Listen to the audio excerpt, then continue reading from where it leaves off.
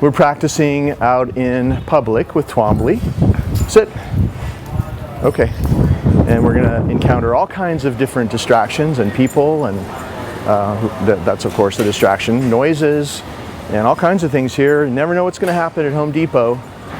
So we're just going to kind of wander around. I'm going to pick this spot right here to practice a downstay with Twombly.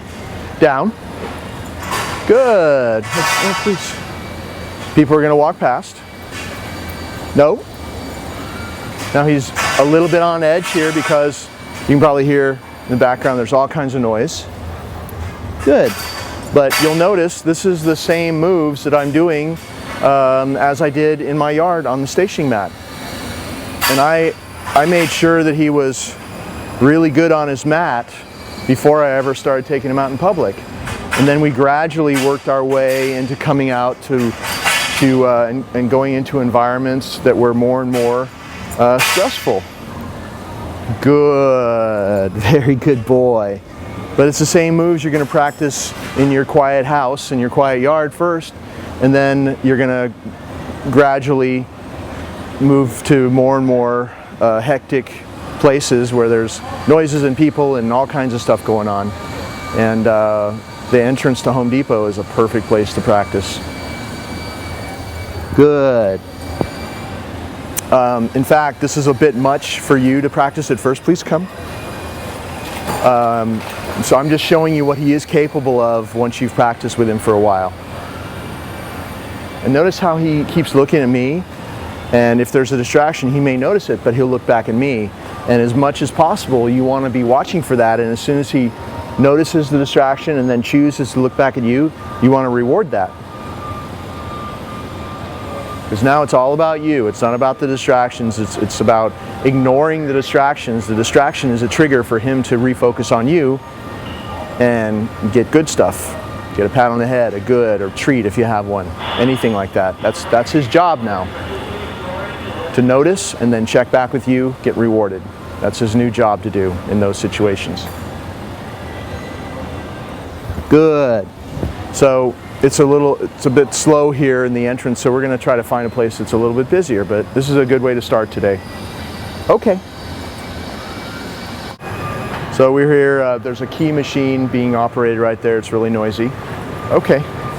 So whenever I encounter some sort of distraction like that, I always try to sit, hang out near it, and get him used to ignoring it.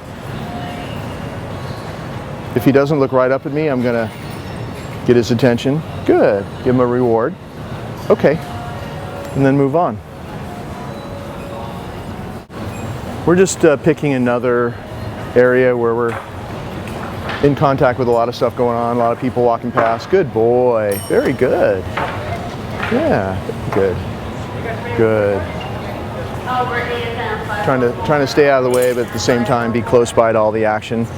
Can you see all the people here? I hope the camera person can see all this that's going on. People walking past here, like with boards, and people going past with carts. I could also say down. Good, and we could practice him staying in a downstay as people pass by or walked around. If nobody's, oh, here comes something big cart full of bricks. And this is good. So if something big like this is going past, you can just desensitize him. I hope you're catching that. You can come closer if you want to, camera person. No. So that was pretty hard for him to handle. But if something's passing by that you think might be hard for him to handle, you can desensitize him to that by just, as it approaches, you get down there, give him a pile of this natural balance sausage. He'll be munching on it as it passes by, and over time that will desensitize him to those things that go by, and later on you won't need the food. He'll be okay with it. And that's actually the concept I've used in a lot of situations. That's why he can be here now and be so calm. Because we started doing that with little distractions a few weeks ago, and now we built up to where he can handle most of what's going on here. And you can see how calm he is in all of this, around all this activity. Okay. So we're just picking one more spot. This is the the exit of Home Depot. There's a forklift here making a lot of noise, and people will be walking past. Good boy. You see how he's paying attention to me? Good. And I think this is coming right past us. Look how he's not paying attention to the forklift. Good. Good.